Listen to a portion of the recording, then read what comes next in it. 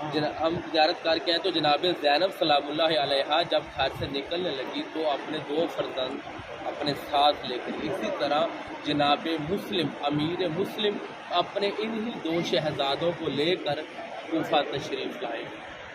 جب امیر مسلم علیہ السلام کوفہ تشریف لائے تو کوفہ کے جو لوگ تھے وہ منتظر تھے کہ ہم نے خود امام حسین علیہ السلام کو ہم نے خود خط لکھے، تو ابھی سب پورے کوفہ میں یہ خبر پھیل گئی کہ امیر مسلم جو ہے وہ تشریف لا چکے ہیں کہ جو امام حسین علیہ مقام کی طرف سے آئے ہیں۔ اب 1 دن 2 دن بیعت ہونے لگی، تقریباً 18,000 لوگوں نے جناب امیر مسلم کے ہاتھوں پہ بیعت کر لی۔ اچھا یہ واقعہ سارا وہ کوفہ کے، میں یہاں تک پہنچنا چاہتا ہوں ان بچوں کے بعد، کیونکہ ویسے آج عید کا دن ہے، 9 ربیع الاول ہے، تو بہرحال پھر ایک سے دم کیا ہوا کہ عمر بن سعد جو تھا یزیدی لشکر کے جو فوجی تھے یا یزیدی کمانڈر تو تھا، وہ کوفہ میں وہ بھی پہنچا۔ اس نے آ کے یہ اعلان کیا کہ اب جو بھی امیر مسلم کا ساتھ دے گا ہم اس کو قتل کر دیں گے، ہم فرض کیجیے اس کے گھر کو جلا دیں گے، اس کے اہل خانہ کو تباہ و برباد کر دیں گے۔ بس اتنا سننا تھا کہ جو لوگ جناب مسلم کے ساتھ تھے وہ آہستہ آہستہ وہ اب جب کیا دیکھا نماز کے ٹائم پہ جہاں پہ سب نماز پڑھا کرتے تھے جناب مسلم کے پیچھے سے آہستہ آہستہ وہ کم ہونے، ایک وقت ایسا آ گیا کہ جناب مسلم جب جماعت مغرب کی کروانے لگے تو تقریباً 2 یا 3 صفیں مثلاً باقی تھی، مگر جب عشاء کی جماعت شروع ہوئی تو دیکھا کہ پیچھے کوئی بھی نہیں۔ جناب مسلم نے جماعت جو ہے وہ ختم کی، اپنی نماز ختم کی اور انہی 2 اپنے شہزادوں کو لے کر کوفے کی گلیوں میں نکلے۔ اب جناب مسلم کے مصائب ہم وہیں پہ پڑھیں گے۔ جب نکلے تو جناب مسلم ان شہزادوں کو لے کے ایک پہنچے کسی کے گھر میں۔ جناب مسلم نے کہا جو ان والد بزرگوار ان بچوں کے جو والد کہا کہ یہ آپ نے پاس رکھیں ان بچوں کو یہاں تک کہ میں یہ گلی کا جو موڑ ہے وہ میں موڑ لوں، آپ پھر ان کو چھوڑ دیجئے گا۔ اس طرح جناب مسلم نے کہا میں بھی جو ہے میں نہیں چاہتا کہ اگر میں شہید ہو جاؤں تو میرے بچے بھی میرے ساتھ شہید ہو جائیں۔ اب یہ دونوں جو فرزندان ہیں جناب امیر مسلم تھے یہ بھی ساری رات گلیوں میں ٹہلتے رہے، جب تھک گئے تو ایک درخت نظر آیا ان کو، یہ درخت کے اوپر چڑھ کے بیٹھ کے اسی درخت کے نیچے کنواں تھا ایک۔ اب ان بچوں کی کہانی جو یہاں سے شروع ہوتی ہے، اس درخت کے نیچے کنواں تھا۔ اب الصبح کیا ہوا کہ اسی کنویں سے ایک مومنہ جو عورت تھی جو اہل بیت کی جناب توبہ جو چاہنے والی تھی وہ وہاں سے پانی بھرنے کے لیے آئی۔ اب جو پانی بھر رہی تھی تو دیکھا کہ بیچ میں بچوں کا عکس جو ہے وہ نظر آ رہا ہے، ایسے لگا کہ پانی میں کوئی عکس ہے، پھر اوپر دیکھا تو درخت میں یہ 2 شہزادے جو تھے یہ درخت کے اوپر بیٹھے ہوئے تھے۔ کہا تم کون ہو؟ پھر بتایا کہ ہم جو ہیں وہ امیر مسلم کے بیٹے ہیں۔ کہا تم آ جاؤ، میں اہل بیت کی چاہنے والی ہوں، میں تمہیں کچھ بھی نہیں کہوں گی۔ یہ دونوں شہزادے درخت سے نیچے آئے، اس عورت کے ساتھ ملے اور عورت جو تھی وہ ان کو لے کر اپنے گھر چلی گئی۔ اچھا پھر کیا ہوا، وہاں پہ کھانا دانا سارا کچھ جو ہے بچوں کو نہلایا کھلایا پلایا اور کہا کہ آپ ایک کمرے میں آرام کریں۔ اب کیونکہ الصبح تھی، جو جناب توبہ کا جو شوہر تھا وہ ساری رات جو تھا انہی بچوں کی تلاش میں تھا، پوری رات وہ تلاش کرتا رہا کوفے میں کہ کہیں مجھے مسلم کی جوڑی مل جائے، کیونکہ ان بچوں کو جب ابن زیاد کے سامنے پیش کرنا تھا تو بھاری اور نقدی انعام ملنا تھا اس کو کہ جو ان بچوں کو ڈھونڈ کے لائے گا ابن زیاد کے سامنے۔ اب جب اس کو نہیں ملے یہ بچے، وہ گھر آ گیا، وہ ملعون جو تھا وہ حارث اس کا نام تھا، وہ ملعون گھر آ گیا۔ گھر جب آئے تو یہ دونوں شہزادے آرام کر رہے تھے ایک کمرے میں۔ اب چھوٹے شہزادے کو ان کے بابا خواب میں ملتے ہیں، چھوٹے شہزادے کو، کیونکہ جناب مسلم کی جو شہادت تھی بچوں سے پہلے جناب مسلم شہید ہو گئے تھے، بعد میں جو یہ 2 بچے ہیں یہ شہید ہوئے تھے۔ چھوٹے شہزادے کی خواب میں بابا آتے ہیں، اور کہتے ہیں بیٹا بس تھوڑی سی دیر رہ گئی ہے، تم دونوں میرے پاس آنے والے ہو۔ بس آنکھ کھلی تو چھوٹے شہزادے نے کہا بابا بابا، جس طرح بچے پکارتے ہیں۔ پھر بڑے شہزادے نے کہا کہ کیا ہوا؟ کہا ابھی مجھے بابا ملنے کے لیے آئے تھے، مجھے بابا ملنے کے لیے آئے تھے، تو مجھے بول رہے تھے کہ میرے بیٹو تم بہت جلد جو ہے وہ تم میرے پاس آ جاؤ گے، تم بہت جلد میرے پاس آ جاؤ گے۔ بس بابا بابا پکارنا تھا کہ اس حارث ملعون جو ہے وہ اس کے کانوں میں ان کی آواز پڑی۔ اس نے کہا ہمارے گھر میں کون ہے؟ یہ دو بچے جو ہے جو رو رہے ہیں اور بابا بابا پکار رہے ہیں، یہ کون ہے دو بچے؟ تو اس کی جو بیوی تھی اس نے کہا کوئی نہیں، شاید پڑوسی کے بچے ہوں گے۔ کہا اگر پڑوسی کے بچے ہوتے تو وہ ان کو چپ کروا دیتا، لگتا ہے یہ کوئی یتیم بچے ہیں، نہ ہی ان کا کوئی باپ ہے نہ ان کی کوئی ماں ہے، کہ جو ان کو چپ کروانے والا کوئی نہیں ہے، یہ رو رہے، یہ ہمارے ہی گھر میں بچے ہیں۔ اب یہ اٹھا ملعون، یہ اس کمرے تک گیا جہاں پہ یہ دو شہزادے تھے، رو رہے تھے، بابا بابا پکار رہے تھے۔ باہر تالا لگا تھا، کہا اس تالے کو توڑ، کہا کوئی بھی نہیں ہے، کہا نہیں۔ اس نے تالے کو توڑا اس ملعون نے، جب اندر گیا تو اندھیرا تھا، ایسے ایسے ہاتھ مارنے لگا اور اچانک اس کا ایک ہاتھ چھوٹے شہزادے کی زلفوں میں آ جاتا، پھر دوسرا ہاتھ دوسرے شہزادے کی زلفوں میں آ جاتا ہے۔ یہ دونوں شہزادوں کو باہر لے کر آتا ہے اور ان کو پیٹتا ہے، ان کو تماچے مارتا ہے، پھر بہرحال پھر ان کو لے کر دریا پہ آ جاتا ہے۔ یہی دریائے فرات جس کو ابھی آپ دیکھ کے آ رہے ہیں، اسی دریا یہ کوفہ سے یہ قریب سے نکلتا ہے۔ جب یہ دریائے فرات پہ آتا ہے تو یہ دو بچے کہتے ہیں ہمیں نہ مار، ہمیں تو بازار میں بیچ دے، تجھے انعام کا لالچ ہے نا تو ہمیں بازار میں بیچ دے، تجھے انعام مل جائے گا۔ کہا نہیں نہیں۔ کہا اچھا پھر ایسا کر، ہمیں زندہ جو ہے وہ ابن زیاد کے سامنے پیش کر دے، وہ تجھے انعام ضرور دے گا۔ کہا میں یہ بھی شرط قبول نہیں کروں گا۔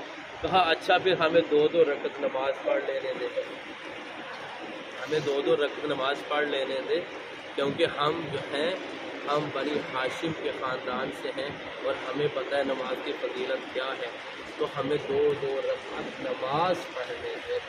بس کہا پڑھ لو نماز، اگر تمہیں نماز بچاتی ہے تو پڑھ لو نماز۔ پھر ان دونوں بچوں نے دریا کے اوپر تیمم کیا، اس نے یہ بھی نہیں کہا کہ پانی کو ہاتھ لگا دو، تیمم کر کے نماز پڑھی۔ اب پھر جب نماز پڑھ لی تو پھر یہ آ گیا تلوار لے کر۔ چھوٹا شہزادہ کہتا ہے پہلے مجھے قتل کر، کیونکہ جو بڑے بھائی ہوتے ہیں وہ باپ سمان ہوتے ہیں، باپ جیسے ہوتے ہیں۔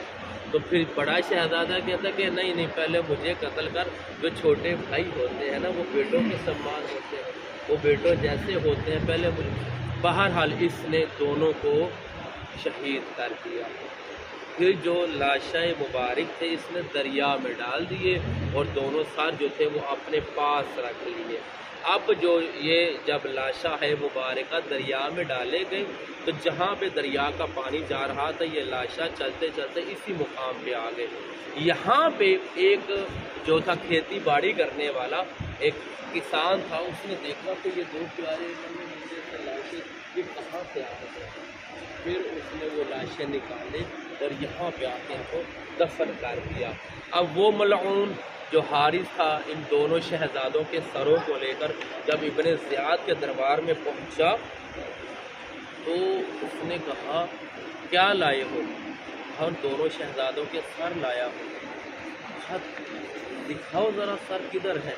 اس نے وہ کپڑا کھولا، وہ اتنا حیران، اور وہ ہم نے کتب میں یہ دیکھا ہے اور بڑے بڑے علماء سے سنا ہے کہ وہ بھی رونے لگا، 3 دفعہ بیٹھا اور 3 دفعہ اپنی کرسی سے اٹھا۔